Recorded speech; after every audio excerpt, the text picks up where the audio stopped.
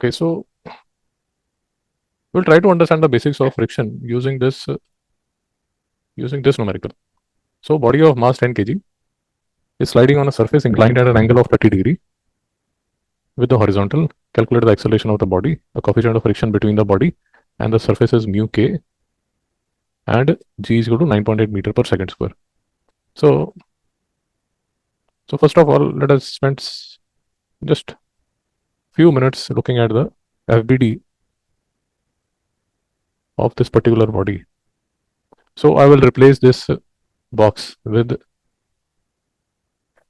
a dot, and let me go through the problem again.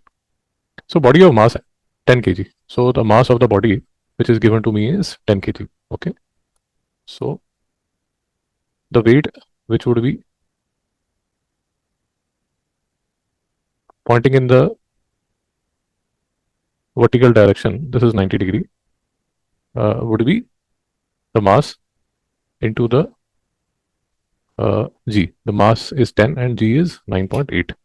So 9.8 into mass is equal to 98 Newton. So I will replace full of this W by 98 Newton. Mr. Vantika, is it okay? Yeah. Okay. So it's sliding on a surface inclined at an angle of 30 degree. So the angle which is given to us is 30 degree. Calculate the acceleration of the body. We need to find the acceleration. The coefficient of friction between the body and the surface is mu k. So now one thing that we need to observe is, because it is sliding on a surface, sliding means it will be coming down, because there is no other force which is reacting. There is no external force which is acting.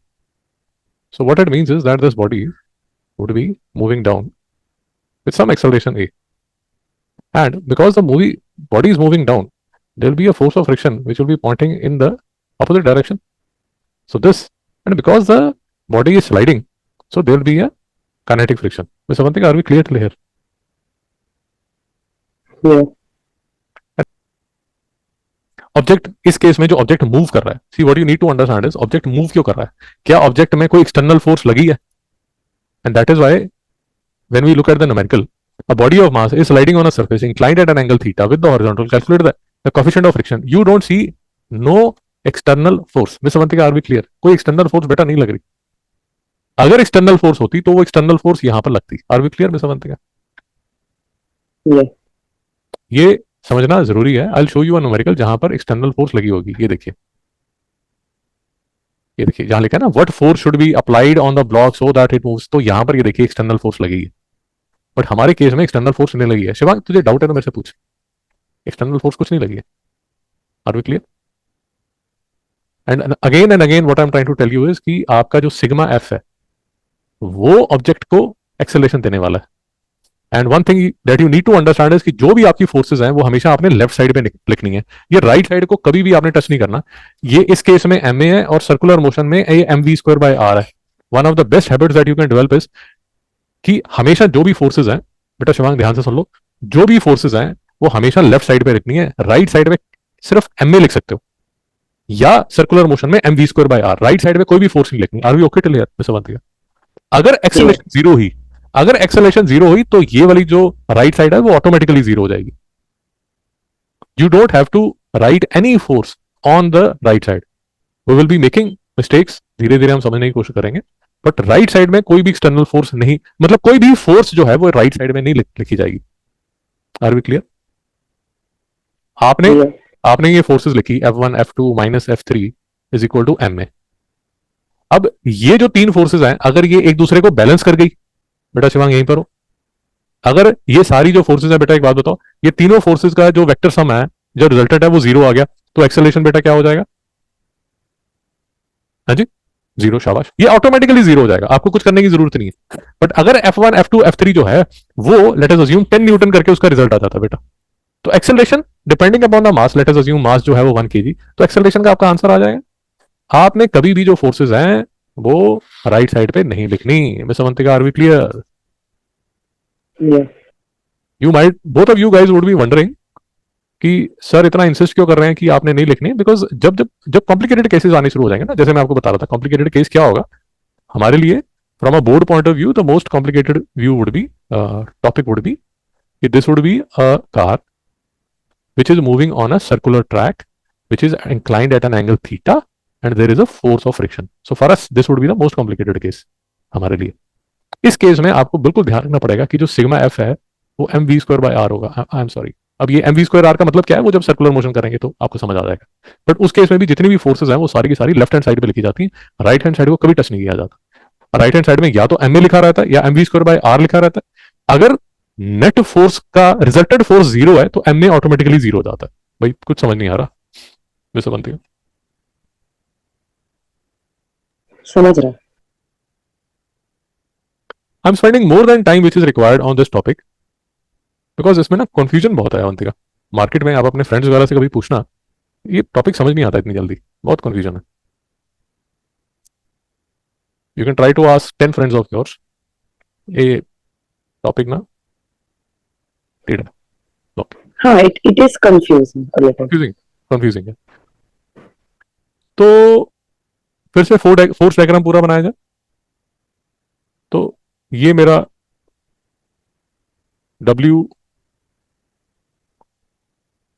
cos 30, ये मेरा W sin 30, जो F के है वो तो W cos 30 को balance कर देगा। अब मैं आपको ये कह रहा हूँ कि इसको लिखने का एक स्टाइल ऐसा भी है, आप इसको ऐसा भी लिख सकते हैं कि आई एम सॉरी यार मैं गलत लिख रहा हूँ, आई एम सॉरी, सॉरी, यहां पर रिएक्शन था ये। तो अगर मुझे जैसे सिग्मा सिग्मा एफ जो है वो एम वे, ये एम ए, ये मेरी मदर इक्वेशन है।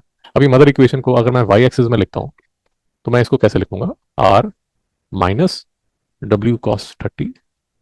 अब वर्टिकल डायरेक्शन में भाई समझो, वर्टिकल डायरेक्शन में कोई मोशन ही नहीं है, इसलिए जो एक्सेलरेशन है वो जीरो है, और इसलिए जो आर है वो किसके इक्वल है, डब्ल्यू कॉस 30।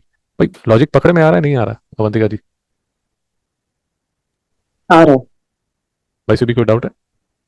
और वाई एक्सिस में क्या हो रहा है, वाई एक्सिस में तो मोशन, सॉरी एक्स एक्सिस में क्या हो रहा है, मोशन हो रही है। आपने मुझे रिमाइंड नहीं किया, मैं खुद ही बना देता हूँ कि ये मेरा वाई एक्सिस है और ये मेरा एक्स एक्सिस है, ये मेरा फ्रेम ऑफ रेफरेंस है, ये मेरा फ्रेम ऑफ रेफरेंस है। तो एक्स एक्सिस में ये बाजू पॉजिटिव है, तो ये बाजू फोर्स कौन सी लग रही है, डब्ल्यू साइन थीटा। ये बाजू कौन सी फोर्स लग रही है, W sine theta. W sine theta को अपोज कौन कर रहा है, फोर्स ऑफ फ्रिक्शन। रिजल्ट क्या हो रहा है, एम ए। भाई से भी नहीं समझ में आया, भाई से भी समझ नहीं आया? हाँ जी। तो इसमें अब क्योंकि मूवमेंट है तो अब कोई एक्सेलरेशन इसके अंदर आएगी जो कि पॉजिटिव या नेगेटिव हो सकती है। नहीं समझ में आया? वो क्या आएगी वो आपको आंसर ढूंढना पड़ेगा कैसे।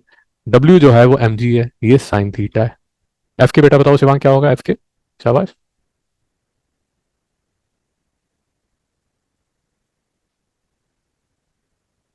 बहुत बढ़िया, बहुत बढ़िया। आर कितना बेटा, आर कितना? बहुत बढ़िया, very nice. W cos 30 degree, शाबाश। तो एफ के किसके इक्वल हो जाएगा, म्यू के डब्ल्यू कॉस 30 डिग्री। बहुत बढ़िया, वेरी नाइस, शाबाश, आग लगा दी है आपने। द लैपटॉप इज बर्निंग बेटा। डब्ल्यू किसके इक्वल होगा, एम जी। इस अवंती का कोई doubt? Yeah. I mean, sorry, no, not doubt. And that is why what mister CB is saying is कि जैसे ही आप उसको एम लिखेंगे तो ये वाला एम, ये वाला एम और ये वाला एम कैंसिल हो जाएगा। आप सर्कुलर मोशन करेंगे, जब हम सर्कुलर मोशन करेंगे तो आप याद रखिए ये चीज कभी हम रिपीट करेंगे कि जो स्लोप होती है या स्पीड होती है उसमें कोई फर्क नहीं पड़ता कि कार का वेट कार टर्न कर रही है या ट्रक टर्न कर रहा है, जो वेट जो मास है वो निकल जाता है इक्वेशन में से। डिटेल में कभी करेंगे, अभी छोड़िए। तो जी की वैल्यू मैं क्या डालूंगा, 9.8। यहां मैं लिख दूंगा साइन 30। म्यू के की वैल्यू आपको यहां पर दी गई है, म्यू के जो है वो 0.5 के इक्वल है, ये देखिए ये लिख दिया हुआ ना आपको 0.5। तो म्यू के आप 0.5 लिख देंगे या हाफ लिख दीजिए। जी की वैल्यू 9.8 है। ये क्वेश्चन आपको मिस अवंतिका खुद से करना है, मैंने तो अब ज्ञान लिख दिया, अब आप आपको समझ भी आ रहा होगा, बट जब तक आप खुद से नहीं करेंगे ये क्वेश्चन आपको समझ नहीं आएगा। cos 30 लिख दिया आपने इज इक्वल टू ए। अब ये जो ए है इसको आप पूरे को सॉल्व करोगे तो आपकी ए की वैल्यू आ जाएगी। भाई से भी नहीं समझ में आया? समझदार भी क्लियर? तो ऐसे आप इक्वेशंस बनाओ Yes. और ये करके आपका ये एक्सेलेरेशन ये आ जाएगा। ये सामने इक्वेशंस बनी हुई है।